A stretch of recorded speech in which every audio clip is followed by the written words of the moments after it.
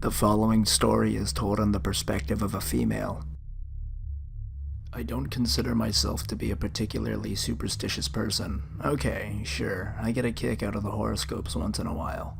My boyfriend and I like to humor the idea that spirits and poltergeists exist and how we'd haunt people when we die and come back as ghosts. In fact, my boyfriend refuses to go anywhere near a Ouija board, refuses to even think of it. I blame all the crummy horror movies that he watches.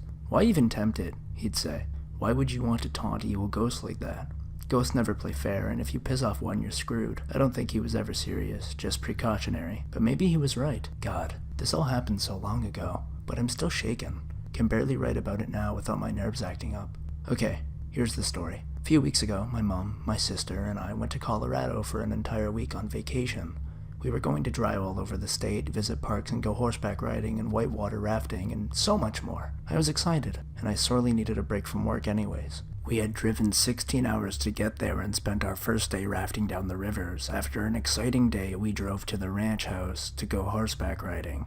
We got there at sunset, so it was unfortunately too late to ride, but we had all of next day to ride the trails and see the sights. The ranch, to say the least, was dumpy, all run down with scraps of steel everywhere, and the shoddy cabins we were staying in were in desperate need of repair. I swear, the roof of our shack of the cabin was a giant piece of drywall with shingles stapled to the top. My sister and I thoroughly checked the place for spiders and bugs before we even thought of bringing the luggage inside. It was only for the night, I thought to myself. Just one night in a dumpy shack with a rock-hard bed that probably had bed bugs under the sheets. This made me shudder. My mom tried to cheer us up. She had brought skewers and a pack of giant beef hot dogs to roast over the communal fire pit. Happy to get us out of the shack, my sister and I made a nice cozy fire, and soon a few other people from the other cabins came out and we all sat around the fire to roast s'mores and share some stories. We talked about where we were from, where we were going, and our adventures along the way. Pretty soon, the stories turned into tall tales and urban legends and all that sort of stuff you'd usually tell around a bonfire. That's when I woke up. I loved these stories, especially the scary ones. And hey, we're out west. We're in Native American territory. Why not liven up the place up with my favorite Indian myth, the legend of Skinwalkers? Now, for those of you who don't know, Skinwalkers are considered very evil, very dangerous beings. They were humans who gained the ability to take on the form of an animal by wearing its skin, usually through very dark and taboo magic. I knew all of this and told my story. After all, who doesn't love a good ghost story? Everyone seemed to enjoy it. I admit I took some creative liberties with it, just retelling an old werewolf story but with a skinwalker instead. I bullshitted most of my story, really. I added a few things that weren't even in the mythos. I gave our beloved, frightening skinwalker wide, crazed eyes with pinpoints for pupils with a matching insane smile. I made the skinwalker horribly misshapen with swollen joints for arms and legs that were too short, a head that never sat straight on the shoulders, and arms that were too long. I made it as terrifying as I could possibly imagine. No one minded. They actually really liked it, and a man from Kentucky admitted the visuals alone were enough to creep the guy out. Victory in my book, if you ask me. And once I was done, everyone decided it was getting late, so our firewood was dwindling, and it was as good as any time to turn away for the night. We packed in our skewers, our s'mores, doused the fire, and headed into the little shacks. I tossed and turned a lot trying to fall asleep. I couldn't get too comfortable in that damn bed. A rock was probably cozier than the mattress, so against my better judgment, I got out of bed, walked around the cabin. I reasoned that if I stayed up late enough, I would be able to fall asleep on no matter what I was laying on. I think I briefly contemplated sleeping on the floor, but I wasn't that desperate. It was pitch black outside. No lights from any nearby street lamps, no car headlights, hell, not even the cabin lights were on. I don't remember seeing a single star. It's kind of creepy, but I shrugged it off as a shiver creeping up my back, as simply as a cold tile floor making me shake. I did, however, find it odd that there weren't any lights on at all at the property. You'd think there'd be a floodlight at the horse stables or on the main office, but there was nothing. This was really weird. I stepped outside in my flimsy foam flip-flops to get a better look. I could barely make out the ranch, and for some stupid fucking reason I decided to go walking around. Eventually, my eyes adjusted where I could see well enough to move around. I paced up and down the road where the cabin sat and circled around to the fenced-in field where the horses should have been out grazing, except there weren't any horses. Probably in the stables for the night, I reasoned. I shivered again. It was getting awfully cold. I turned right around to head back into my cabin. It was stupid of me to be all alone at an obscene hour. I had realized I needed to get back to bed. But then I turned. I saw something in the middle of the road. Its shape was swallowing up its surrounding darkness. I could barely make it out. It was tall and thin, so I shrugged it off as just a pole or something and kept walking. But then it moved. I froze. My breath caught in my throat and I could barely breathe. I just imagined that, I said. I just imagined it. I'm freaking myself out. Get your head fucking straight. It moved again. My paralyzed throat managed to squeak out a pathetically weak whimper as my legs began to lose strength. I shivered violently against a cold that was building up inside of me. My eyes began to focus on the impossibly dark figure standing against a barely visible sleet-gray night. Now I could see what it was. It was a person, but like nothing I had ever seen before. Its arms were impossibly long. Its legs were incredibly short. It had a torso far too long for its rail-thin body and a head way too big for its stick-like neck. Its right arm was sticking out to the side, swinging up and down. Its blockish head rolled onto its left shoulder, jerkingly twitched up and down, up and down. It didn't move other than that. It just stood there, twitching, arms jerking up and down, head lolling onto its shoulder. I just stood still, and like the dumb fuck I was. My cabin was a few hundred yards behind that thing, and I wasn't so stupid as to try to walk past it. My only option was to go around behind the cabins and stables and hope it didn't see me. So I forced myself to lift my foot off the ground and step backwards. My flip-flop made a wet smacking sound as it flopped against my feet, and I immediately froze in horror. The thing stopped, too. It stood there, perfectly straight and perfectly still, listening. I stayed as still as I could. My breath was shallow and panicked, and I tried to force myself to slow breathing before I started wheezing. My heart thundered in my chest, my whole body was shaking, but I didn't move, and neither did it. I began to slowly, so goddamn slowly, bend over and slipped my feet out of those fucking flip-flops. My feet touched the dirt and crumbly gravel, but at least I could now move silently. I spared a quick glance to the side to see where I was going. 2 cabins were immediately to my right. I could slip between them with ease. There was no visible debris in between them. I only looked for a second. When I turned back and the fucking thing was gone. It was fucking gone. It fucking knew I was there. It was coming for me. Oh, fuck. Yet I still couldn't fucking move. I was paralyzed. I couldn't move no matter how loud my head screamed, "Run! Run! Run, you fuck! Run!" I heard something behind me. I turned instinctively, even though I knew fucking better. I still turned around. I was greeted with 2 bulging eyes. Oh, yes, its eyes, staring at me, unblinking with 2 black pinholes for pupils and an insane smile that stretched far too wide to be anything remotely human. My paralysis was broken as I stared at it. I ran, crying my eyes out, trying to scream, but a horrible lead-like weight in my throat silenced me. My feet pounded on the dirt. I stomped over anything in my way. I even impaled my foot on a rock. I didn't even care. I just ran. I felt the cold creeping on my back. Oh God, that cold. It was sinking right into my bones. I couldn't stop shaking or sobbing. I didn't stop until I burst through the cabin doors and deadbolted the lock and leaped onto my bed. I huddled under the blankets, hiding my head there as I gasped and shook for breath. And I waited. I didn't sleep that entire night. I was so scared I couldn't even get rid of the chill. All I thought about was that thing, standing there and twitching. Morning finally broke, and I finally allowed breath of relief. Whatever I had seen had not come for me, and now that it was light, it couldn't take me by surprise. Mom noticed my bleeding foot and the blood I tracked through the cabin. I shrugged it off. I cut myself the night before when we were making s'mores.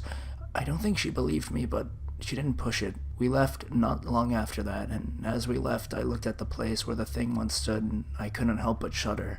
But there was nothing, I assured myself. There was nothing. We said goodbye to the ranchers and our companions, and I noticed the man from Kentucky who said he had thoroughly enjoyed my story. He told me again how much he liked it, and said he was going to tell it to his own kids when he got home. They really like scary stories, he said. But as we drove away, his head rolled onto his left shoulder, and he smiled a wide, insane smile as he waved to us goodbye.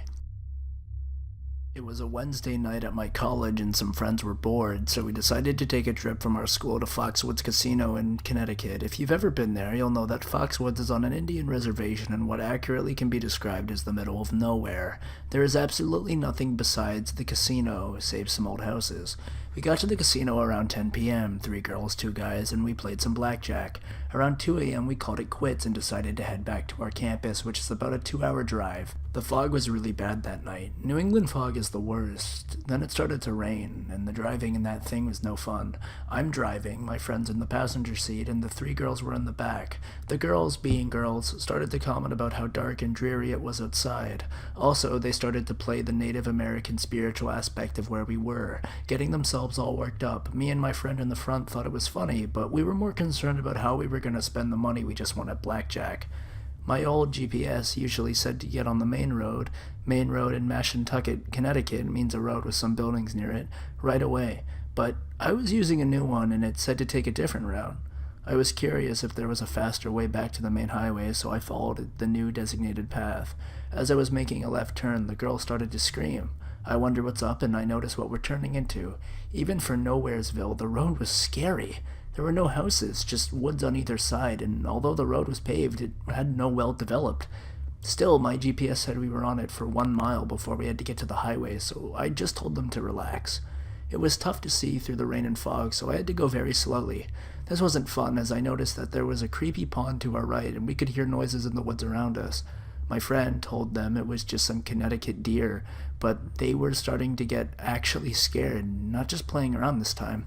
And I did too. I realized that if my car were to ever break down in this scary place, I was going to shit myself. But my GPS said 0.2 miles and we're out of here, and that's when the girl started screaming again. I looked up and all of a sudden the road ended and the woods began. This wasn't some construction, the road just came to an end. The trees and such started and there was nowhere else but to go back. At this point I got really frightened. There was no houses or light posts around, just blackness behind the headlights. Now I needed to make a complete 180 to turn around and go all the way back. I turned my head to look back through the windshield to make sure I wasn't going to hit anything, and I saw the girl's face start to quiver. I knew they were ready to scream, but I didn't know what it was about this time. So I turned around. At the end of the road, staring back at us, was a dog. A skinny, brown-colored dog of decent overall size.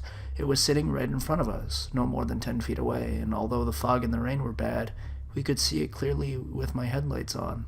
And then I noticed it moved, but not toward us. It hopped onto its back legs and stood upright in a very human-esque way. At this point, everyone was silent, and I knew I couldn't kick it in reverse because there was a nearby pond I didn't want to drive into. I thought about just running it over. I love animals, trust me, but if you were to ever see this in this situation, you would probably think about it too. But the dog wouldn't get back on its fours. It instead continued to stare, a blank, dark stare right at us. I saw it as it moved its front paws together, each other, slowly, just starting to clap. I swear to God, it just stood there and it clapped, slowly, staring at us, silent. Finally, to cap off the creepiness, it sported this deranged smile as if this was the end for us in more than one way. I couldn't take it anymore. I turned my head around, put the car in reverse, did a 180 and sped my way as fast as I could until we hit the main road.